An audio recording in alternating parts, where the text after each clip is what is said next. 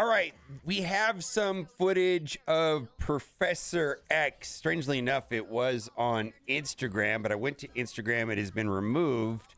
I do have a copy of it, and then also Duelim uploaded it to his YouTube channel because there was some copyrighted audio. So we're going to actually watch his video. Link to his video will be in the description. Before we get to the Professor X footage, STARJAMMERS are getting stat increases. They've been underwhelming.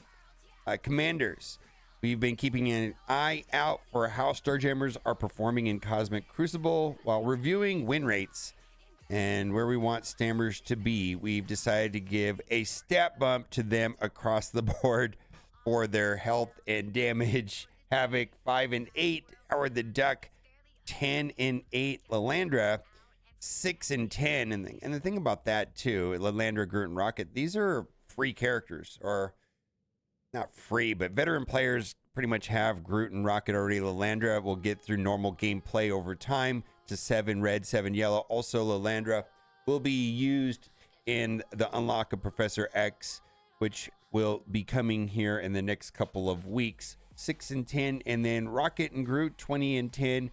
And then, which seems significant. They needed this. And also, if you're just getting started the game, when I was playing a new player account, I played it for about a week. And there's a couple characters that are pretty easy to get early that are very good now. Rocket and Groot are 2 of them. The other 2 characters that seem really good was Captain Sam and War Machine. I felt like I could get those characters relatively early. Also, there's a new costume in game for Punisher. A lot of people are pretty excited about this. No word on how he will be acquired. Now, I'm going to mute the music, and I will put a link to Duelim's channel right here. And this is the Professor X clip. I'm going to switch to the other side of the screen and then full screen this here, and then we'll watch it together. We have like a Professor X thing here, so let's watch it together, shall we? I'm gonna stop the music here. We're gonna play this.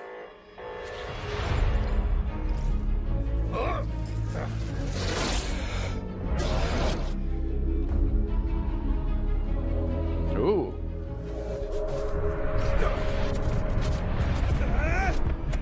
I wonder if we're gonna get gameplay in this.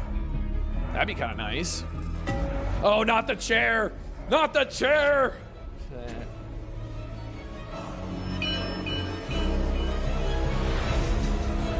I'm sorry, but he looks really stupid with that big ass helmet on. Like, he looks like a bobblehead. He looks kind of dumb. He looks a little Just saying. Are we gonna get gameplay? Give me gameplay. Give me gameplay.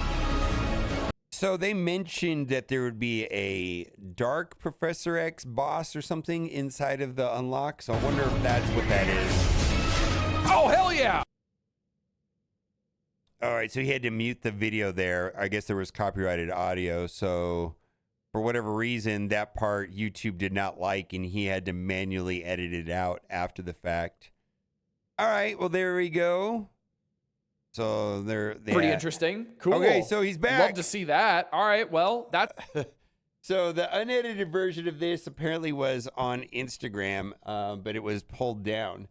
So I feel like we're just around the corner from having like gameplay release and things like that. I have not had an opportunity to play Professor X, not on the test server. I don't know if they will.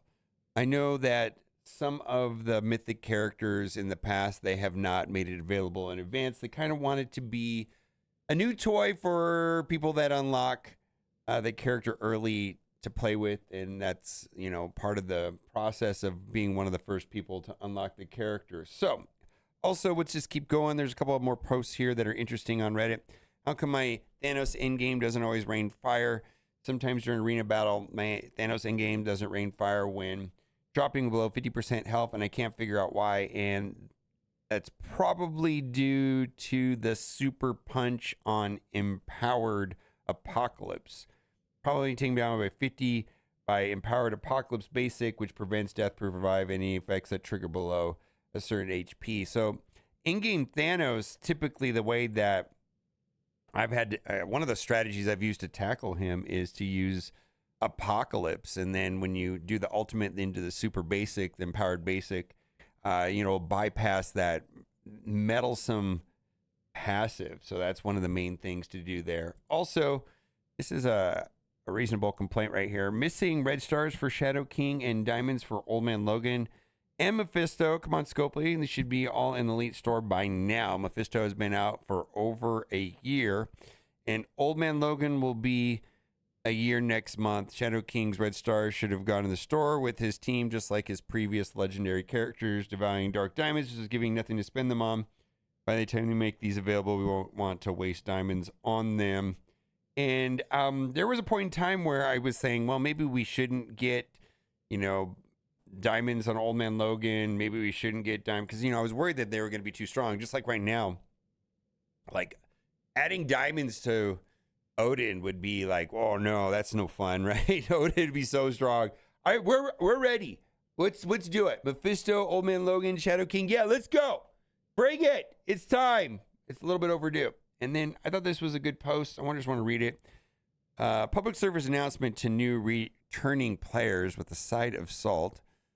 I wanted to start by saying I really enjoy this game so much that I decided to come back to it and stick with it for 355 days. I was a launch player that quit when Kestrel and Silver Surfer came out. COVID was lifting and there was barely any quality of life updates like no sim raids and blitz unlocks. Back then, I bought nearly every new character, as you never knew who would be required to unlock the next legendary.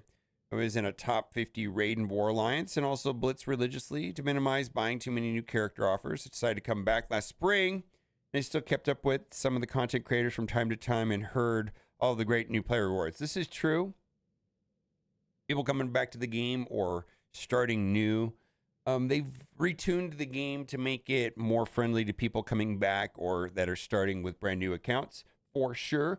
Those rewards incentives allow me to unlock Mephisto and Odin around 6 months, routinely punch up a war and Crucible against players with collection powers 3 to 4 times, wow, and sit comfortably in the top 10 of Arena.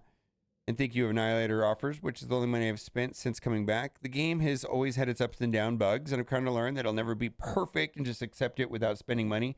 And it's more fun that way. I do agree that if one can get to a place of playing the game without spending money and enjoying it and knowing that people that you're losing to may have spent a lot of money and maybe you didn't. I feel like that's a good feeling. Like you can't lose if you have that feeling. But this is an objection that he is having, and I think it's reasonable. Recently, some key down bugs and introduction of Overpowered have me on the verge of quitting again. If Overpowered eliminates the possibility of strategically punching up, I know they stated it won't, because they said that in the blog post, right? Then my patience for poor Cosmic Crucible I've never not been the lowest TC player in my Crucibles, and the more matchmaking will force me to hang it up rather than spend. That's the thing. He's worried that Overpowered will present too much of an obstacle, and it's not going to push this player into spending. It's going to push them into maybe out from playing the game.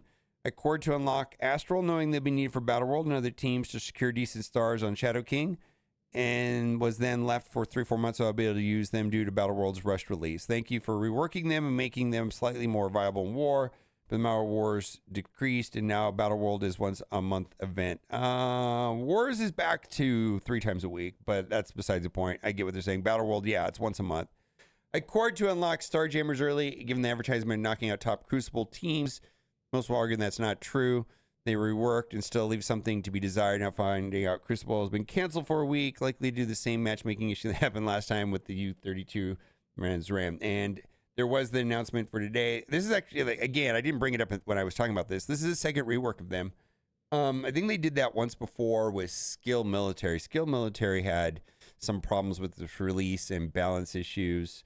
Apocalypse had some too, right? When Apocalypse came out, there were some balance issues and had to be adjusted, I believe, twice.